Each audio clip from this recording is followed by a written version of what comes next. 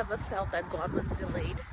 Have you ever felt that he was late, or he just was not listening or answering? I'm sure we've all been there. I'm sure we've all at some point felt forsaken, forgotten, neglected, overlooked. But yet God promises a different outcome to his children.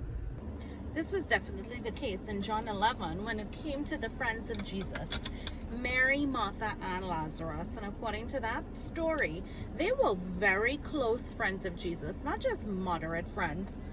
And as the Bible is written, we learn that Jesus is very much informed of the situation, that Lazarus is sick. And he even assures the disciples that Lazarus is not going to die.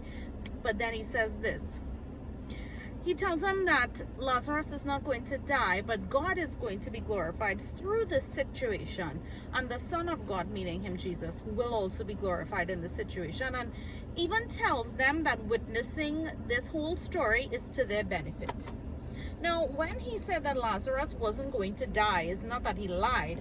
Basically, what he was saying is that Lazarus was not going to permanently die, because obviously he knew that he was going to raise Lazarus from the dead. And if you go further into the weeds of John 11, you'll see that Jesus even delayed his going into the situation.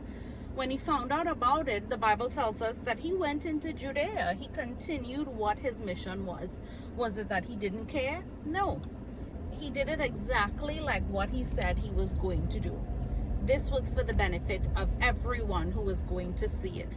This was for the benefit of the disciples. This was going to work out for God's greatest glory. So too in our own life, sometimes we have a promise from God. He's told us he is going to help us. He's told us he is going to deliver us. But he doesn't always do it on our time. We feel like he is delaying, the same way that Mary and Martha felt that he was delaying. I'm sure in the minutes when this was actually happening, they felt betrayed by Jesus. I'm sure they felt rejected. I'm sure they probably felt like, this man is supposed to be our friend. It is within his ability to help us. Why is he not showing up? The same way when we are in a situation, we know the promises God has made us. And we know how we feel when we don't see those promises coming into fruition the way that we thought that they would. But here's the kicker to the situation.